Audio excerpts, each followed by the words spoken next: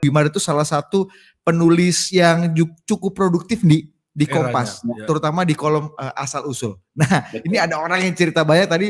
Bung Fajrul, juru bicara presiden, pernah dinobatkan jadi apa? Ketua Dewan Rakyat, Ketua Dewan Rakyat Partai Orang Biasa, POB. Nah, ada yang bisa cerita banyak soal POB dengan perjalanannya Wimar sebagai kolumnis dan juga menerbitkan buku waktu itu. Ada Kang Maman Suherman yang dulu kenal Wimar masih berambut, sekarang nampaknya sudah deforestasi sedikit. Kang Maman, banyak yang pengen tahu karena Kang, ini menarik karena Kang Maman ketika Wewe tidak ada, meninggal dunia, memposting satu, selain foto Kang Maman masih berambut yang cukup tebal gitu Kang ya, ada satu momentum yaitu Partai Orang Biasa gitu. Kang Maman pasti punya banyak cerita dan ini mungkin melengkapi juga puzzle orang mengenai sosok Wimar Witular. Kang, silakan Kang. Hai. Wewe lah yang bikin saya dari kribo menjadi gundul. Wewe lah yang menjadikan saya penulis buku.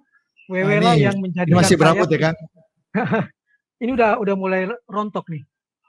Ini pas hari reformasi. Jadi habis ini di kantor saya, begitu meledak reformasi, kami pulang bareng, besoknya kami ke Trisakti bareng-bareng. Saya mengenal dia tahun 93. Ketika saya masih jadi wartawan, saya di SCTV lagi duduk sama Indrina Basara, Direktur Operasional SCTV, dan Indrina bilang, sebentar lagi SCTV punya acara luar biasa, Larry King Live Show. Siapa presenternya? Ada orang kribo dari Amerika. Dia sebenarnya konsultan manajemennya SCTV. Jadi dia dipanggil Pak Joko untuk menceritakan tentang bagaimana posisi SCTV yang tepat, tapi dia malah nitip, bikin dong acara talk show yang bagus kayak Larry King Live. Oke, siapa presenternya? Ya saya. Kaget juga. Pak Jokonya kaget, Pak Wimar pada waktu itu bercanda. Tapi Pak Joko serius, dan Pak Joko bilang, tulis proposal 1 halaman, kasih Pak Matis, orang asing kalau nggak salah waktu itu, konsultannya SCTV, kasih Ibu Indrina Basara. Itu Desember 93, Maret 94 jadi itu tayangan. Dengan setting yang sangat minim, hanya kursi dan meja dan tidak ada apa-apa. Kata Wimar waktu itu, kayaknya SCTV kepaksa, dia cari aja talk show yang murah supaya nyenengin saya sebagai konsultan manajemennya. Tapi meledak di situ, dan saya orang pertama yang pernah mengkudeta kursi dia ketika ulang tahun pertama 25 Maret. Dia Gimana bilang, ceritanya itu kan? Saya mau jadi tamu, saya nggak mau jadi presenternya. Lalu siapa presenternya? Lu, Man. Saya nggak punya pengalaman sama sekali. Tapi dia bilang, lu pasti bisa. Dan gua nggak mau ada take 2. 1 kali aja. Apa pertanyaannya? Itu terserah lu. Ya udah. Kita syuting dan betul-betul 1 kali take dan tidak boleh ada editan sama sekali. Jadi tayangan. Dan dia bilang, suatu waktu kamu harus jadi seperti saya, tapi lu harus beda. Jangan kribo, lu harus gundul. Itu kalimat dia. Lu jangan jadi pengekor gue, lu harus gundul. Saya cuma ketawa-ketawa karena saya nggak pernah berpikir seperti itu. Nah, 1 tamu terkenal di situ, Danang. Danang itu joki 3 in 1 yang diundang.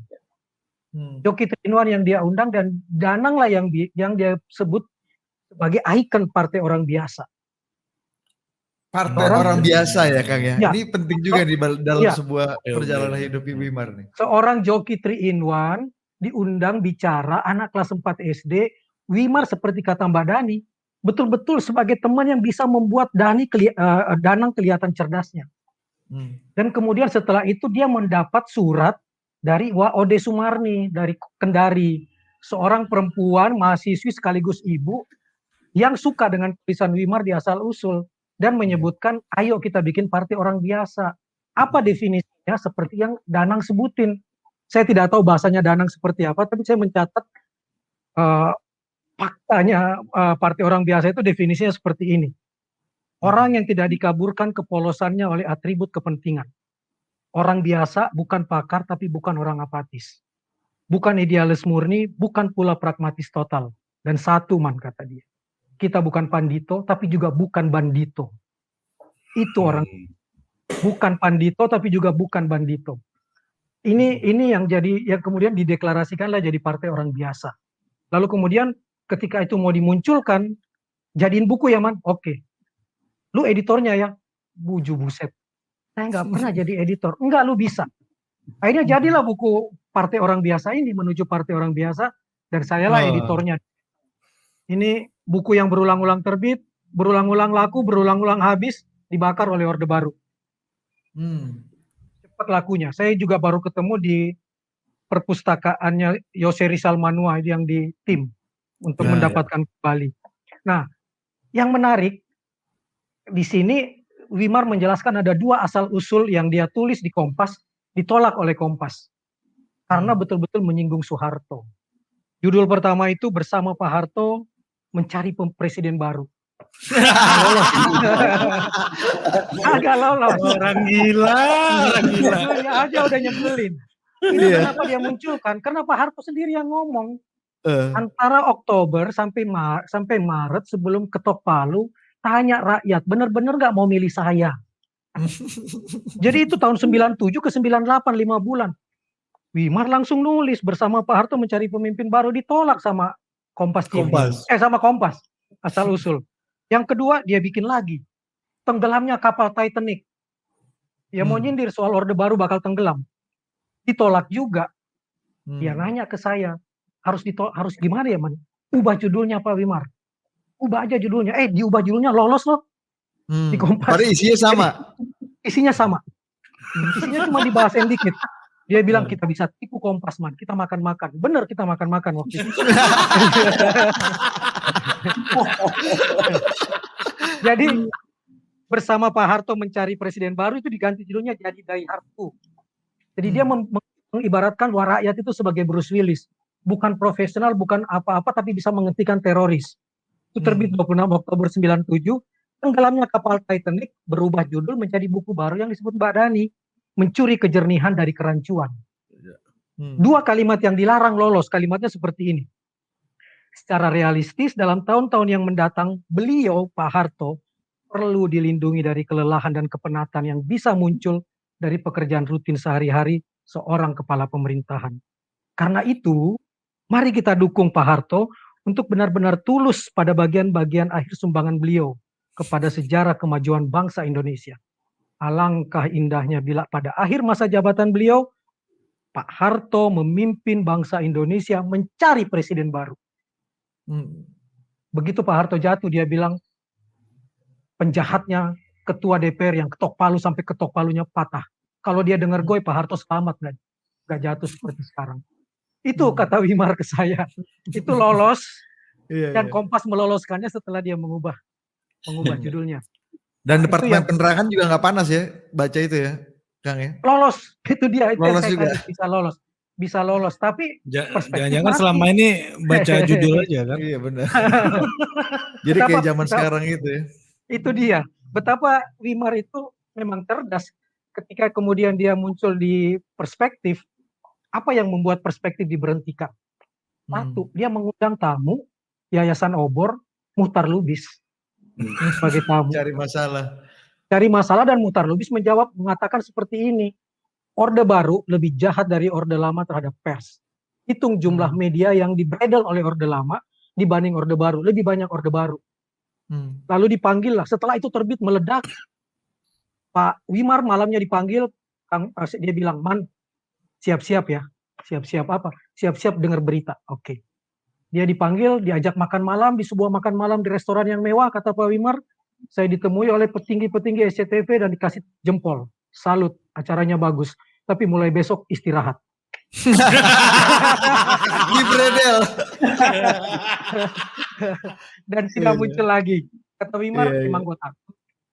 Akhirnya kita gerilya ke kampus-kampus, Perspektif live di kampus-kampus. Yang katanya dia selalu bilang pesertanya setengah mahasiswa, setengah intel. Tuh lihat tuh Man, Bang Bakso tiba-tiba banyak, orang-orang cepat tiba-tiba banyak. Hebatnya kita kasih rezeki sama tukang bakso. Bukan tukang bakso itu Man, itu intel. Ya, gitu. Kita keliling dan kemudian kita ubah settingnya jadi sederhana, selayang pandang di Indosiar. Saya sudah menciptakan ide Panasonic Award, dia menang People Choice Award. Ketika saya bilang, WW menang. Iya, karena lu yang ciptain idenya, lu kasih gua untuk senang-senang ya. Bukan, ini People Choice Award, masyarakat yang pilih. Sehingga saya harus memaksa Wimar hadir di malam Panasonic Award untuk membuktikan bahwa itu pilihan rakyat bukan karena temennya Maman. Dia minta datanya. Dia minta datanya. Dia minta datanya. Dia Ini bilang, kayak "Gua nggak hasil mau jadi survei minta metodologi dan sampel ya. Iya. Dia minta datanya untuk kemudian dia bisa hadir hari itu. Nah, itu yang terjadi pada Wimar dan saya ada terus menerus di acaranya dan ketika kemudian saya mulai muncul di televisi, dia selalu ingat kalimat gue, lu mesti gundul. Makanya ketika saya muncul di Mata Hati jadi presenter, saya muncul di Q&A Metro TV, dia adalah pengawas saya yang selalu menelpon bahwa saya bahagia, lu nggak jadi Wimar Witular, lu jadi orang gundul. Dan kemudian dia mengajak saya ikut mendirikan PSI, bukan PSI, Partai Sri, mengumpulkan KTP kemana-mana, dan ketika gagal dia bilang, ya takdirnya Wimar memang tidak boleh bikin partai, no regret. Dari situlah kemudian saya ingat kalimat-kalimat ini kemudian jadi buku. Dan itulah yang menjadi kontak saya, dan dia paling marah kalau saya menelpon dia untuk menanyakan kesehatan. Gua nggak akan angkat telepon lu kalau kalimat pertanyaan pertama lu adalah WW sehat atau enggak. Karena itu saya nggak pernah nanya lagi itu sampai kemudian saya tahu dia wafat. Kira-kira itu kenangan saya dengan Wimar. Jadi dia yang akhirnya kemudian saya bisa menulis 26 buku. Setiap saya menerbitkan buku dan launching, dia pasti hadir. Dia pasti beri testimoni. Jadi hampir semua buku saya dia hadiri ketika peluncurannya. Dengan kursi roda sekalipun dia datang dan dia ingin memberikan testimoni untuk membanggakan anak ideologisnya. Dia selalu menyebut saya seperti itu. Dan Kira-kira itu. Kang Maman ini juga bangga jadi anak ideologis atau quote unquote muridnya Wimar juga ya Kang Maman sampai sekarang gitu ya. Saya Kalau jadi lu karena dia. anak pungut bro kalau lu. Kalau gue anak pungut kalau gue. Oke, terima kasih Kang Maman. Terima kasih banyak. Terima kasih Kang Maman.